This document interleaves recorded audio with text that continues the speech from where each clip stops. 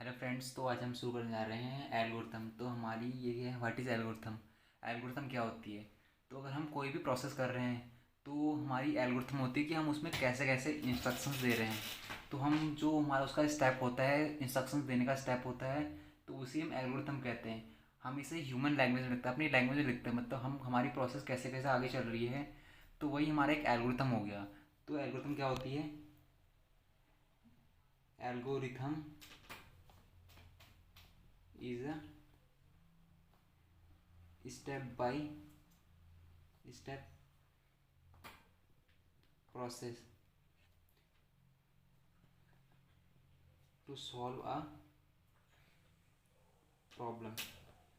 जो हमारी एल्गोरिथम होती है वो एक स्टेप बाय स्टेप प्रोसेस होता है, मतलब हमारी जो प्रोसेस होना चाहिए वो सीक्वेंस में होनी चाहिए। उसका एक सीक्वेंस होता है कि हमारी प्रोसेस कैसे कैसे हो रही है। हमें इंस्ट्रक्शंस को एक सीक्वेंस में देना पड़ता है। तो वही होता है हमारी एल्गोरिथम। इसे हम दूसरे शब्दों में ये भी लिख सकते हैं, जैसे और में क्या हो गया,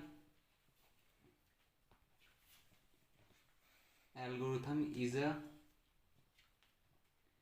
finite set of instruction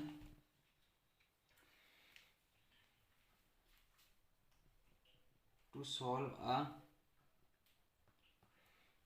specific problem using by computational method. तो इसका मतलब हो गया, जो हमारी एल्गोरिथम होगी एक फाइनाइट सेट ऑफ इंस्ट्रक्शंस, मतलब जो भी हमारी इंस्ट्रक्शंस होंगी एक फाइनाइट होंगी, मतलब लिमिटेड होंगी। ऐसा नहीं हो सकता कि हमारी जो भी इंस्ट्रक्शंस हैं वो इनफाइनाइट होंगी। अगर हमारी इंस्ट्रक्शन इनफाइनाइट होंगी तो हमारा कभी आउटपुट निकल ही नहीं पाएगा। और हमारी इंस्ट्रक्शन कभी इनफाइनाइट नहीं हो सकती, क्योंकि जो भी अगर किसी यूज़र को कोई प्रॉब्लम सॉल्व करना होगा तो उसमें हमारे फाइनाइट नंबर ऑफ इंस्ट्रक्शंस ही होंगे। तो वही है हमारी क्या एल्गोरिथम, क्या है algorithm is a finite set of instruction to solve a specific problem using by computational method. तो हमारी एल्गोरिथम क्या होगी, एक फाइनाइट सेट ऑफ इंस्ट्रक्शंस हो गया, इंस्ट्रक्शन का एक सेट हो गया जो एक लिमिटेड सेट है, इनफाइनाइट नहीं है। और कि उस प्रॉब्लम को सॉल्व करने के लिए हम इस एल्गोरिथम को बनाते हैं। तो इससे कोई भी ये ह्यूमन अंडरस्टैंडेबल होता है कि ताकि हम आराम से समझ सकें कि हमारा प्रोसेस कैसे कैसे हो रहा है। इसमें जो भी हम इंस्ट्रक्शन देते हैं वो हम स्टेप बाय स्टेप देते हैं, मतलब जो हमारी प्रोसेस के स्टेप होंगे वो एक सीक्वेंस में होंगे। अगर हम सीक्वेंस से अलग कर देते हैं तो हमारा कभी भी वो प्रॉब्लम हम सॉल्व नहीं कर पाएंगे, उसमें हमारे बीच में गलतियाँ आएंगी। तो इसलिए जो एल्गोरिथम होती है वो एक डिज़ाइन करना होता है, मतलब किसी भी प्रोसेस को सॉल्व करने के लिए एक डिज़ाइन करना होता है कि हम प्रोसेस को कैसे कैसे सॉल्व करेंगे। तो ये हो गया हमारा एल्गोरिथम। अब एल्गोरिथम, अब जो एल्गोरिथम के फादर के नाम से जाने जाते हैं, एल्गोरिथम के फादर,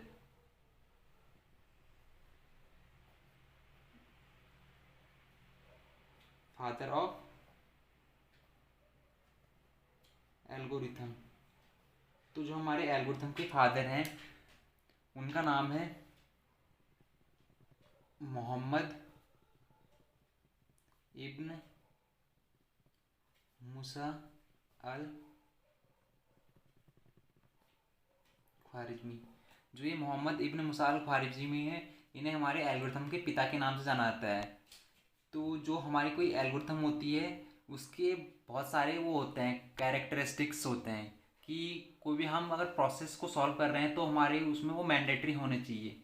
अगर उसमें से कोई भी हमारा मिसिंग है तो हमारा आउटपुट हमें रॉन्ग आउटपुट मिलेगा, या फिर हमारी वो एल्गोरिथम सही नहीं कहलाएगी, वो हमारी एक्यूरेट एल्गोरिथम नहीं होगी। तो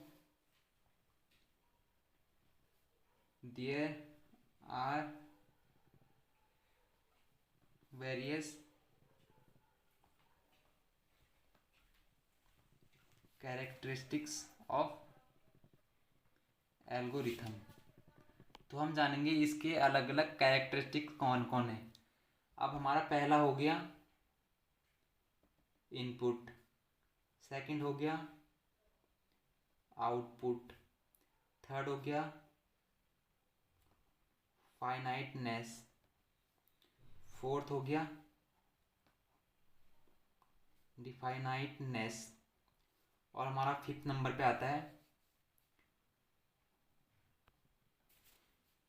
करेक्टनेस। बेसिकली हमारे ये 5 ही कैरेक्टरिस्टिक्स होते हैं जो हमारे मेन है। तो अब मैं आपको इनका मतलब समझाता हूँ, इनका मतलब होता क्या है। तो जो हमारा ये इनपुट हो गया, इनपुट का मतलब हो गया हमारा कोई भी एल्गोरिथम में हम कोई भी प्रॉब्लम सॉल्व कर रहे हैं तो उसमें हम यूजर्स के कोई ना कोई इनपुट लेंगे। अगर जब तक उसमें कोई इनपुट नहीं है तब तक उसका हमें आउटपुट कैसे मिलेगा। इनपुट यानी हम कोई टास्क दे रहे हैं करने को और हमें उस टास्क को सॉल्व करना है, तो उस टास्क को अगर सॉल्व करना है तो उसमें कोई ना कोई तो इनपुट होगा ही। तो इनपुट का मतलब हो गया something inputted in any program. Program it's means हम जो एल्गोरिथम लिख रहे हैं वो इस प्रोग्राम के लिए लिख रहे हैं, इस प्रोग्राम के लिए हम एल्गोरिथम डिजाइन कर रहे हैं कि हमारा जो प्रोग्राम है वो सॉल्व कैसे कैसे होगा। एक इंस्ट्रक्शन का एक सीक्वेंस होगा, वो किस सीक्वेंस में होंगे वही हमारी क्या होगी एल्गोरिथम। आउटपुट यानी हम अगर किसी भी प्रोसेस में या फिर हमारा जो भी कोई एल्गोरिथम है या फिर हमारा कोई भी प्रॉब्लम है, हम उसमें अगर कोई इनपुट दे रहे हैं तो हमारे जो हमारा हमने इनपुट दिया है हमें उसके अकॉर्डिंग हमें आउटपुट चाहिए, या फिर जो यूज़र को रिक्वायरमेंट आउटपुट है वही आना चाहिए, हमारा रॉन्ग आउटपुट नहीं आना चाहिए। तो अगर हम इन स्टेप को फॉलो करते रहेंगे तो हमारा बिल्कुल एक्यूरेट आंसर आएगा। तो मतलब every programme should be input, मतलब किसी प्रोग्राम में हमारा इनपुट होना ज़रूरी है। और अगर हमारा किसी प्रोग्राम में इनपुट है तो उसका आउटपुट भी आना ज़रूरी है। यानी कि हम अगर किसी प्रोग्राम में इनपुट दे रहे हैं तो हमें उसका आउटपुट चाहिए। आउटपुट के लिए तो हम उसमें इनपुट दे रहे हैं, तो उसके हमारा सेकंड स्टेप कौन सा आ गया आउटपुट। तीसरा आ गया फाइनाइटनेस। फाइनाइटनेस मान यानी कि जो हम इंस्ट्रक्शन दे रहे हैं वो फाइनाइट नंबर्स में होने चाहिए, वो हमारे इनफाइनाइट नहीं होने चाहिए। यानी कि जो हमारी इंस्ट्रक्शंस हैं, अगर हमें किसी प्रॉब्लम को सॉल्व करने के लिए 5 स्टेप लग रहे हैं तो हमें खाली 5 स्टेप देने हैं, हम उसे इनफाइनाइट नहीं कर सकते। हमारे लिमिटेड नंबर में ही हमारे जो इंस्ट्रक्शंस होते हैं वो होते हैं। तो फाइनाइटनेस यानी कि जो भी हमारे इंस्ट्रक्शन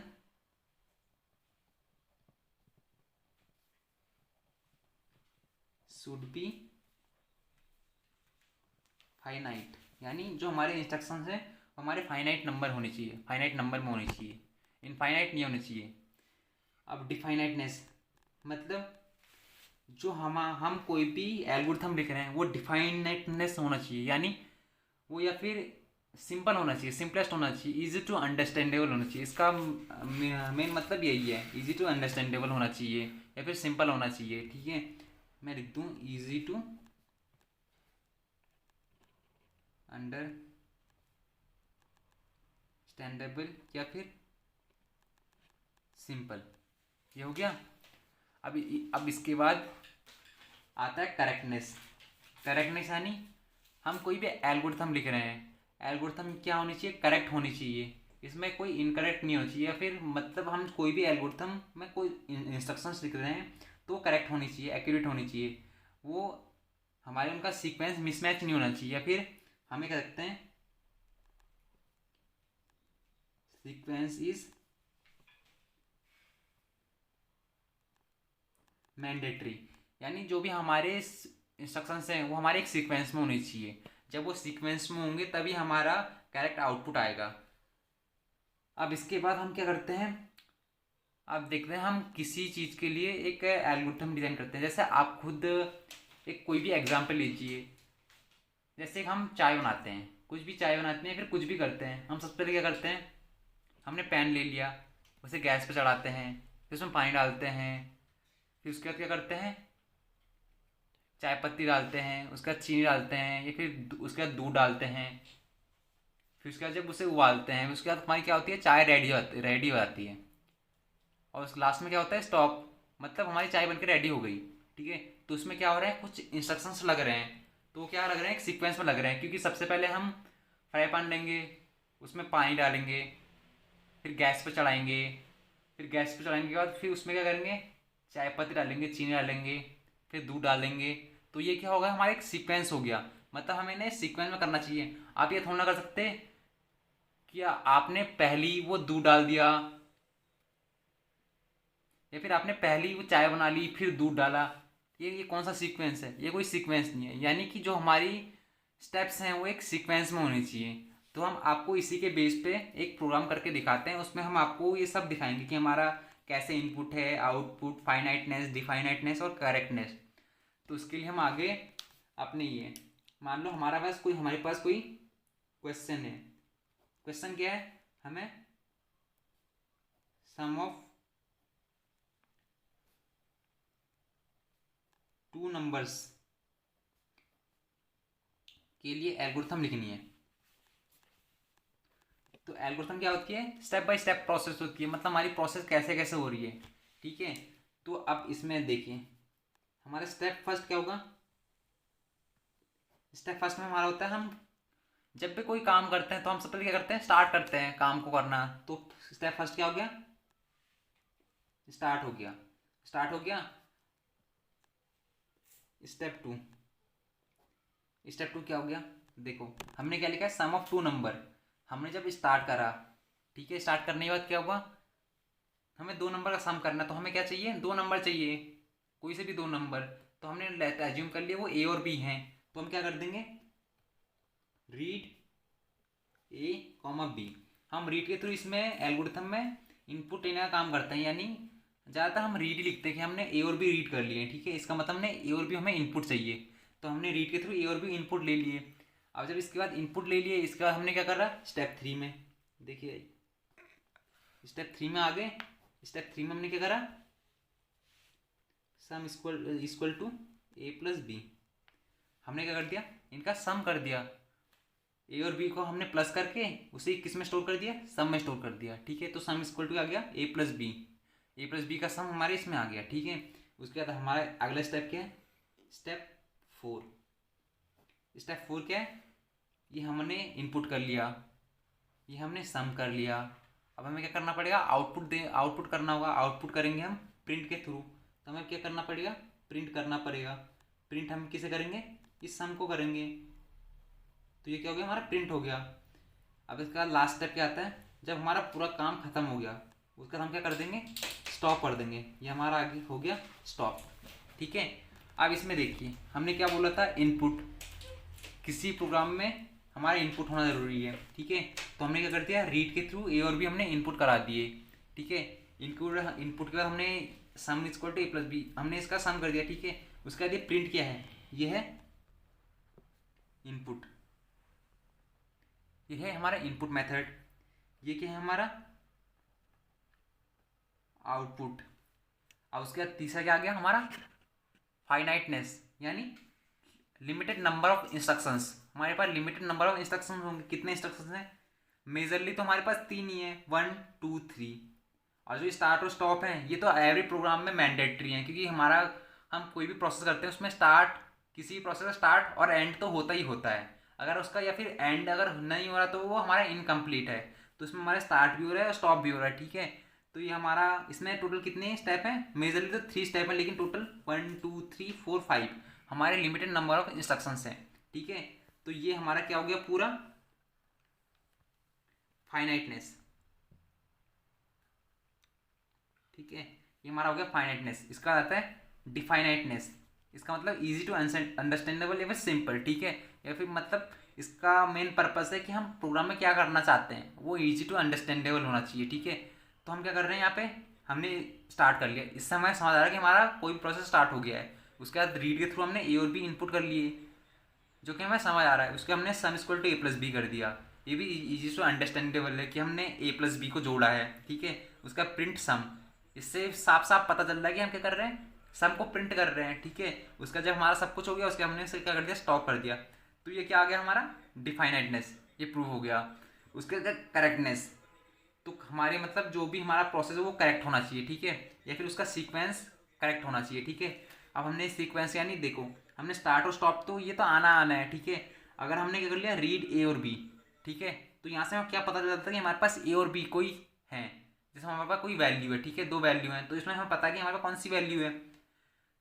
अब उसका हमने उन दोनों वैल्यू को कर दिया सम कर दिया। ठीक है, अब बाई चांस आप समझो, अगर हम बाई चांस यहाँ पे देखो, ये इधर करता हूँ। ठीक है, अगर हम बाई चांस ऐसा कर देता sum equal to A plus B, उसका मैं करता रीड ए कोमा बी, तो ये क्या पॉसिबल था? रीड के थ्रू हमें क्या पता चला कि हमारे पास कोई दो वैल्यू हैं ए और बी, लेकिन उससे पहले हमने क्या कर दिया, sum equal to A plus B को हमने सम कर दिया, लेकिन यहाँ पे तो हमें पता ही नहीं है कि हमारे ए और बी हैं क्या, तो हम इन्हें सम कैसे कर सकते हैं, ये तो हमारे पास अभी अवेलेबल है ही नहीं। तो ये हमारा क्या करेंगे, हमारा एरर जनरेट करेंगे या फिर रॉन्ग आउटपुट देंगे, रॉन्ग, इसमें हमारा एरर जनरेट होगा क्योंकि हमारे इसमें सीक्वेंस गड़बड़ है। तो हम ऐसे नहीं कर सकते, हमें सीक्वेंस में करना होता है। यानी कि हम जो ये रीड ए कॉमा बी है, ये हम पहले लिखेंगे, हम पहले वैल्यू को रीड करेंगे हमारे पास कौन सी वैल्यू है, उसके बाद हम उसे सम करेंगे, क्योंकि जब तक हमारे पास कोई वैल्यू होगी नहीं तब तक हम उन्हें ऐड कैसे कर देंगे।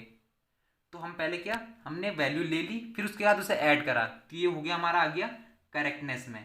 ठीक है, तो आज हमने आपको बता दिया कि हमारी एल्गोरिथम क्या होती है, और उसके जो कैरेक्टरिस्टिक्स हैं वो भी बता दिए, input, output, finiteness, definiteness and correctness. और उसके बेस पे मैंने एक एल्गोरिथम भी डिज़ाइन कर लिए हैं। ठीक है, तो आज का लेक्चर हम यहीं पे एंड करते हैं। तो आगे आने वाले लेक्चरों के लिए हमें लाइक करें, शेयर करें और सब्सक्राइब करें। धन्यवाद।